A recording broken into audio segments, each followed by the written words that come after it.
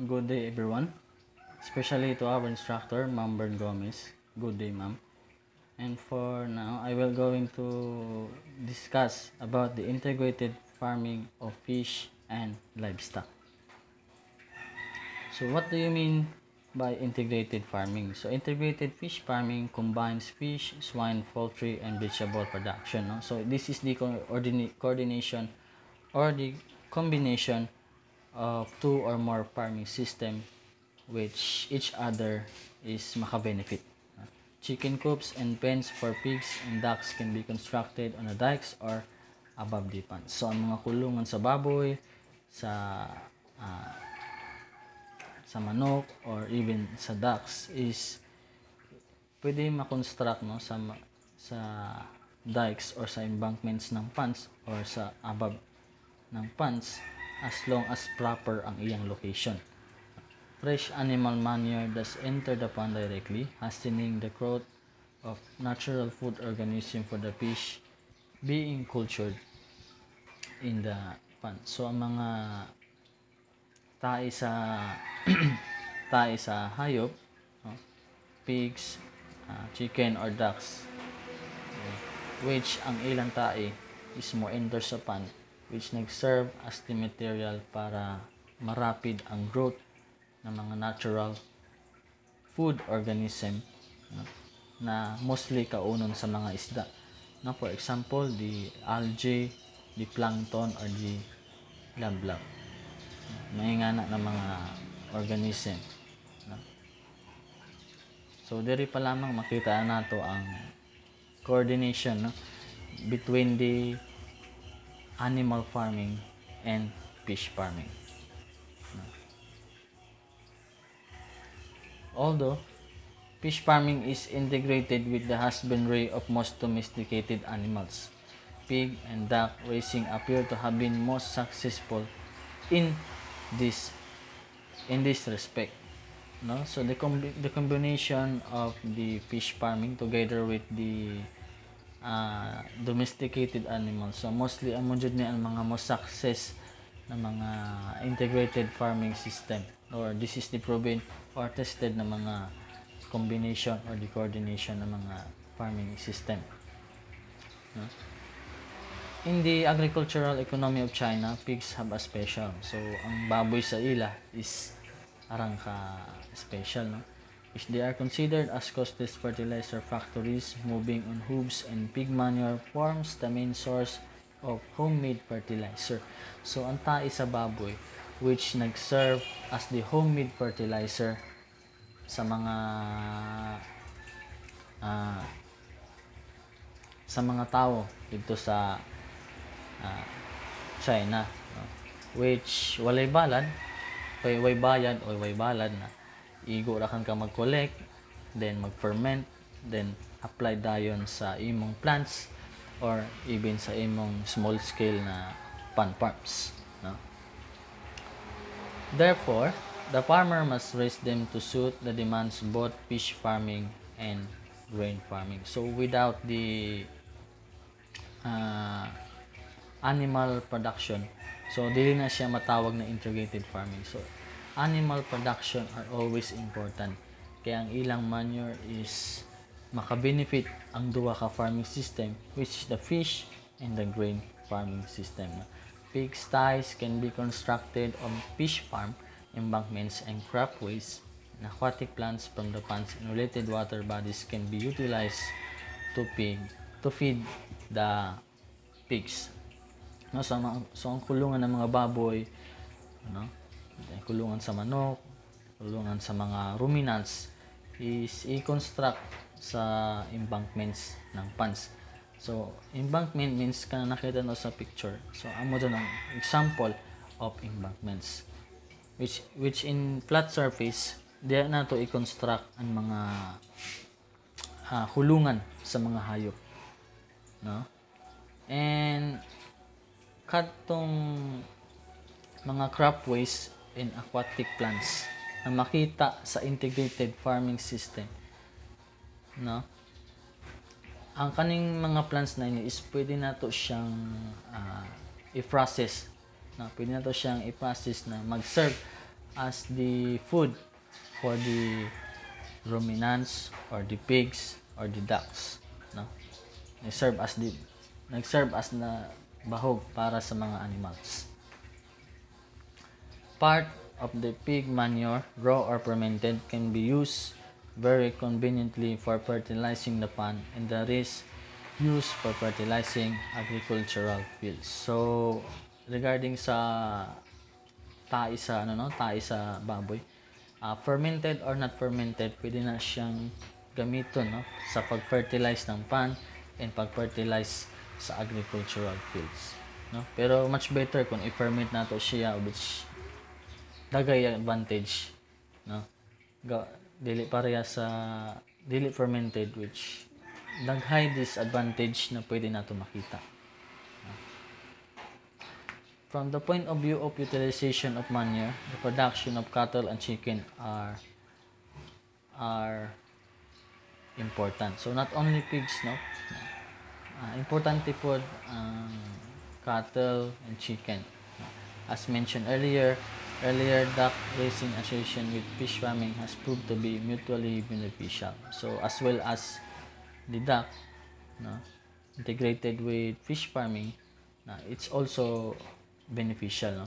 The ponds and their embankments provide the space for duck rearing, and the ducks fertilize the pond with their excreta.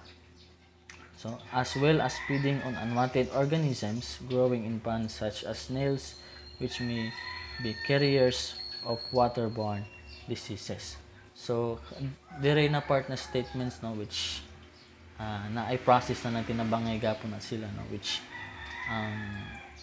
area sa pond farms is nag-serve as the swimming area for the ducks, or suroy-suroy sila. Then ang tae sa ducks is mag-serve as the fertilizer gapon sa ponds. But naay problema gamay, which ang tae sa duck daw, as na naka-mention dere, is i-feed po nila ang mga unwanted organism, na for example ang snails, no? Which mostly delikado sa pond farms na mag-cause ng mga waterborne diseases, no? Mga sakit na makuha sa tubig, no? Then let's proceed to pig and fish farming. Fish species that are herbivore or omnivores are employed in practically all the well-established integrated system mentioned above. There is a integrated farming system, or the pig and fish farming system. Mostly ang mga isda dire is nabilong sa herbivore or omnivores. So kasabot ang mga taon sa herbivore or omnivores. So herbivores are the fishes or animals na pwede sila mukaon ng mga plants. Then wala kitog omnivores, they can eat meat or the plants. Diyan lang siya. The common and Chinese carp are the two most prevalent species. So there is a pig and fish farming or integrated farming system. Mostly common and Chinese carp, no, are the popular species na mostly buhion sa integrated farming system or even sa pig and fish farming system, no? On a smaller scale, the catfish, pangasius, Indian carps, and tilapia species have also been utilized. So sa smaller scale, no, sa mga gagmay na ponds, mostly kanina mga species ang ilang buhion. No? Easy access to the manure, which fertilize the pond and generate plankton and other microorganism to feed the fish feed the fish is the main advantage of integrated fish farming, no? So sa integrated fish farming di na to kinahanglan mulakaw sa laing lugar para maghanap ng manure good for feeding the microorganism na mukaon sa mga mo-feed sa mga microorganism na kaunon sa mga isda, which if na atong integrated fish farming, no, naanadaan ang manure sa imong area, which igo na lang ka mag-collect or mag-ferment, then i-apply dayon sa pan, no? So amo dyan advantage ng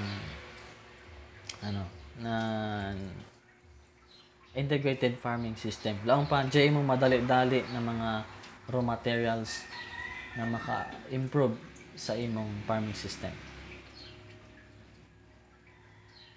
No? Such integrated farming in practical and advantageous due to the eating behavior of fish, particularly carps. So sa integrated farming system, no, tungod sa eating behaviors ng fish na mukaon sila na tungod sa ilang eating behaviors ng for example the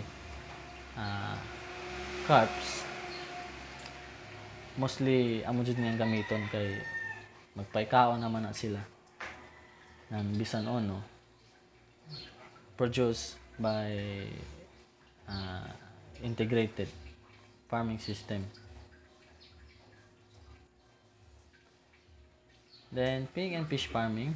Wider embankments are frequently used in fish pond, as was previously indicated, to make easier to establish pig sites and grow fruit trees, vegetable, or other crops, no? Sa pig and fish farming, no, so kinahanglan nato ng dagko na mga embankments, mga dagko na embankments, no, para easy lang ang pag-construct ng mga pig sites and easy lang po mag-cultivate ng different types of crops. Integrated farm in China may have embankments that are more than 10 meters wide and that are planted with crops like groundnuts, vegetable, colza, corn, sugar, cane, mulberry, bananas, castor, etc. No? So sa China, ang ilang embankment is 10 meters. So imagine 10 meters.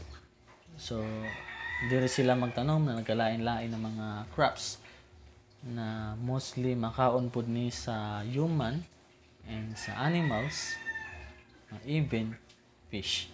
No? The pond farms, feeders, channel, and irrigation ditches are used to grow aquatic plants like azolla, duckweed, water hyacinth, and Pistia satriotes, which are used to feed the pigs. No? Ang mga feeder channels or irrigation mostly amoy ni gamiton para makagrow sila o diri sila magbuhi ng mga different aquatic plants, no? Like the mentioned species na which magamit use as the feeds for the pigs, no? Kibali amoy ni puli sa mga commercial feeds, no? Amo dan. The slopes are planted with grass which can be used as fodder for grass carp as well as other farm animals like cattle. So sa embankments, no, makita man nato na naay slope, then naay flat surface, then naapoy slope, which dito sa slope, which dito itanom mostly ang mga sagbot na makaon sa mga grass carp and makaon pod sa mga cattle, no? Which ang cattle mag-produce na pog manure, then ferment, then apply to the pond. So sa integrated farming system makita jud nato ang coordination or the combination of the two or more farming system.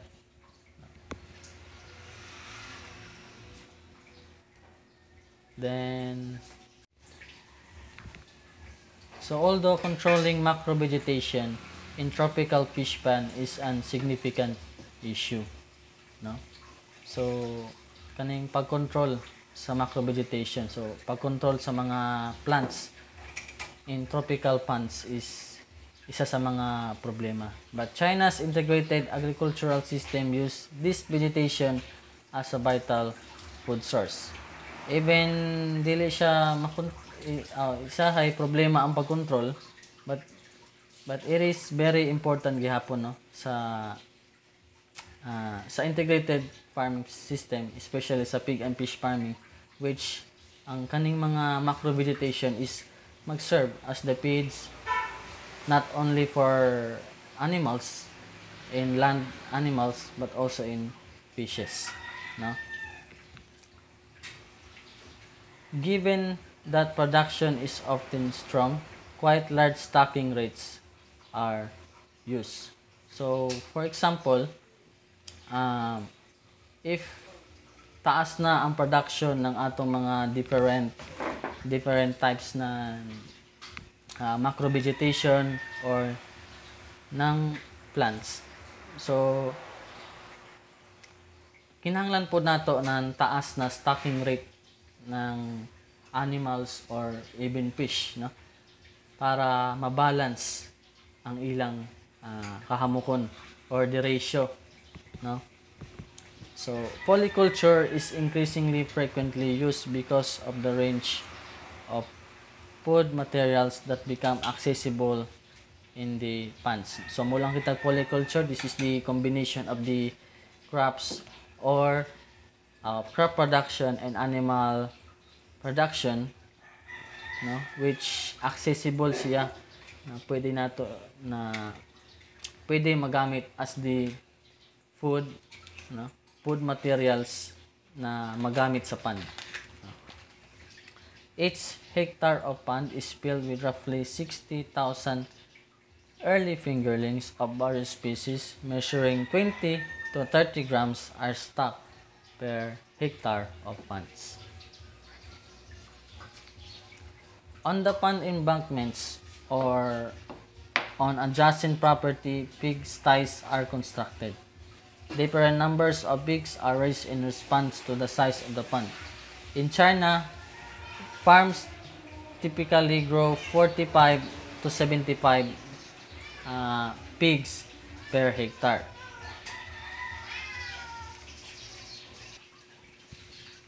So sa China, no, which mag-grow sila ng 45 to 75 kababoy per hectare, no.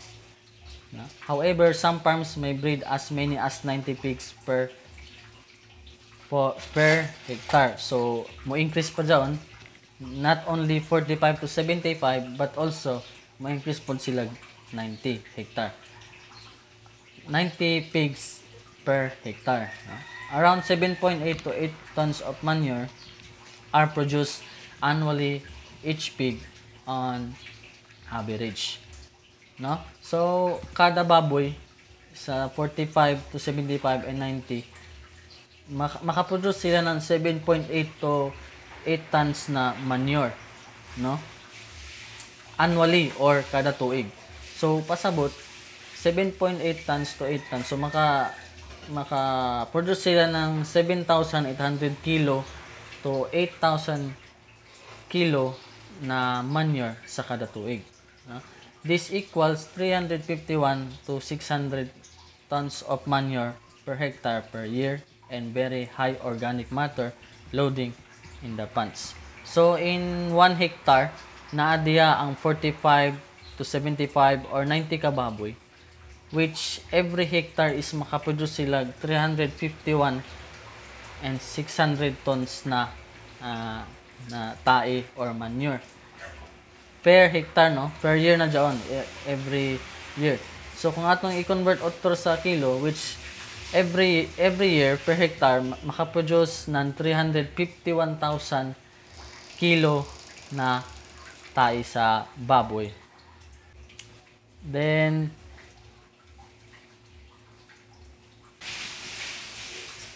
so otro 351,000 to 600,000 kilo ang ma-produce every hectare kada tuig, which is high organic, no?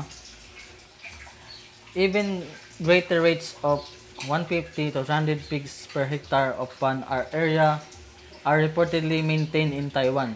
So sa China, 45 to 75 to 90, but there is sa Taiwan is 100 to 50 to 300 pigs ang ilang buhion per hectare. No? To avoid pollution and stock death, great attention and water management expertise are needed. So sa integrated farming system or sa pig and fish farming, so it need a lot of attention and it need a water management expertise na pwede maka-improve sa ilang integrated or fish farming, pig and fish farming. It must be kept in mind that the manuring rates and the quantity of pigs reared per hectare are calculated experimentally based on years of experience. So, based lang sa experience, no? So, according to experimental studies, substantially less manuring can still produce a reasonable amount of fish. So, the highest daily loading under Hungarian circumstances when manure is piled up in small localized heaps in the pond is about 600 kilo per hectare. Ang ilang ma-produce, no? The size and age of the pig can affect the amount of manure produced. So, maapektuhan ang kahamok sa i-produce na tae sa baboy na nagdepende sa ilang size or sa ilang edad. A 1-year-old pig will produce roughly 12.5 kilo of dung per day compared to a piglet of 3.4 kg per day. So, diri pa lamang na statement, nakita nato na naapektuhan jud ang pag-produce ng tae depende sa ilang edad or sa ilang kadako. Today, it is customary to refrain from washing garbage directly into ponds, no? The manure is fermented and sedimented in a special constructed tank where the garbage is transported. At regular intervals, the supernatant liquid from the tank is allowed to flow into the pond. So atong gi-ferment sa tank, which ang iyang liquid amo to ang pwede nato ma-apply na sa ponds, which is it is already fermented, no? The sludge that remain is removed for fertilizing agricultural crops. So, di ba, sa pag-ferment na amo mabili ng mga buo-buo na mga particles sa ferment. So, kadtong mga particles na to is i-collect na siya and i-apply dayon sa agricultural crops by the using of the basal application, no? Amo daw an ila i-apply or i-basal or even side dressing or broadcasting. It depends, no? Thus, the loading of decomposable organic matter in the pond is reduced. The chemical composition of pig waste is presented in chapter 7. So, the waste output and chemical composition depend on the quality and quantity of food and water consumed by the pigs. So, ang i-produce na manure ng pig, so, nagdepende na dyan sa ilang tagkaon or tag-inom na tubig, no? If ang atong taghatag sa pig is safety from other bad organism is and nakahatag kita ng limpyo na tubig is maka ang effect nandiyon is makaproduce pud sila o gana na quality na tae na pwede i-ferment o pwede na itong i-apply sa pan. No? Additionally, the pigs is integrated farms depends on feedstuff produced on the farm. As stated earlier, several aquatic plants such as water hyacinth, Ipomomea pistia, Wolffia, lemna, and are grown in the canals are associated water bodies near the farm. List as well as the foliage of several terrestrial plants such as vegetable, corn, rice, and leguminous plants are utilized feedstuff for pigs. So those mentioned na mga types of plants, no, is pwede na siya gamiton as the food or the organic food for the pigs. I mean. Over 10 tons of aquatic plants can be produced in 1 hectare of water area, and this considered enough to feed 10 pigs. No? So 10 tons ang ma-harvest na aquatic plants in 1 hectare. So 10 tons equals to 10,000 kilo na pwede na nato siya na pwede na makabahog sa napulyo kababoy, no? This plant material are generally mixed with rice bran, bananas, coconut meal, soybean waste, fish meal, etc. for feeding to the pigs. So sa paghatag ng mga different plants, no, di na to siya i-direct, no. Pwede po nato siyang mag-mix kita ng rice bran or upa or bananas or coconut meal, no, na maka-improve sa diet ng pigs, no. Even sa fishes, no. The duration of the culture of fish and pigs varies, but generally it's about 1 year, no. 1 year lang ang ilang duration, no. So the yield of fish is reported to vary from 2 to 18 tons per annum. So there is sa integrated farming or sa pig and fish farming, so maka-yield jud tag 2,000 to 18,000 kilo, no, na fishes per annum or per year. Or amo daw ang output ng integrated farming system or pig and fish farming system. The pigs are generally sold when about 90 to 100 kilo in weight. So if ang baboy is ma-reach out na niya ang 90 to 100 kilo in weight, so they are called the boar and the sow, which mostly amo na ni ang ibaligan na ini sila, no, for breeding, no, or other purposes or meat purposes like that.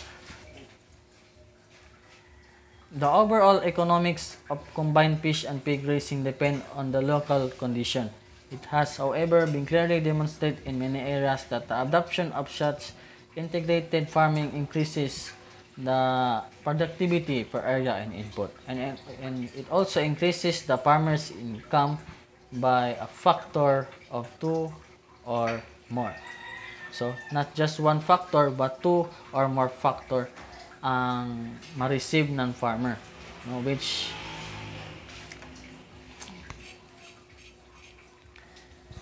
so dire kita sa table. So the annual operating cost and income for a pig and fish farm on disused mining land at Taping Perak, Malaysia from 1977 to 1978.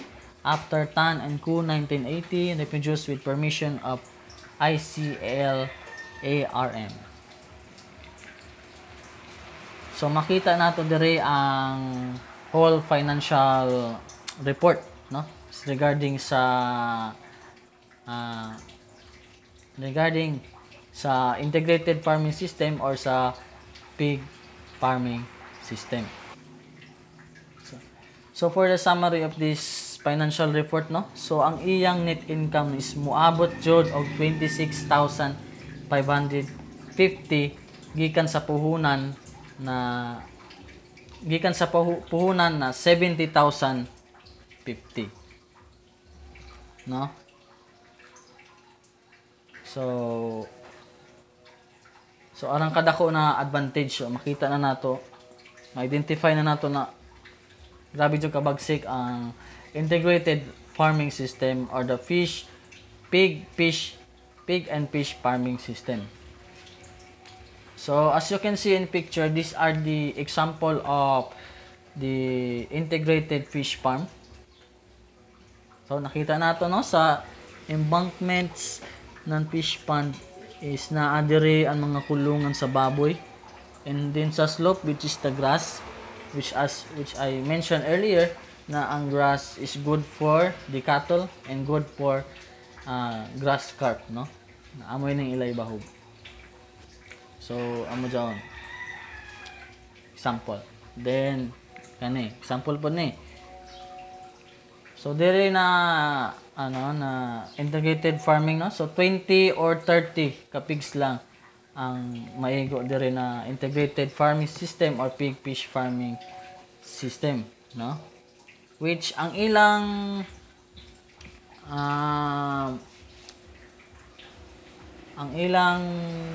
tae is direct na, no, sa ponds. Hindi na sila mo gamit ng ng fermented ng mga tanks, no? So dire sa pikas siguro ang maigo dire is just like I said, mga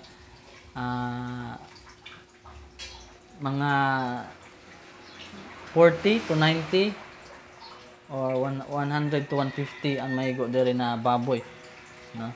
Integrate with fish farming and crop production, no?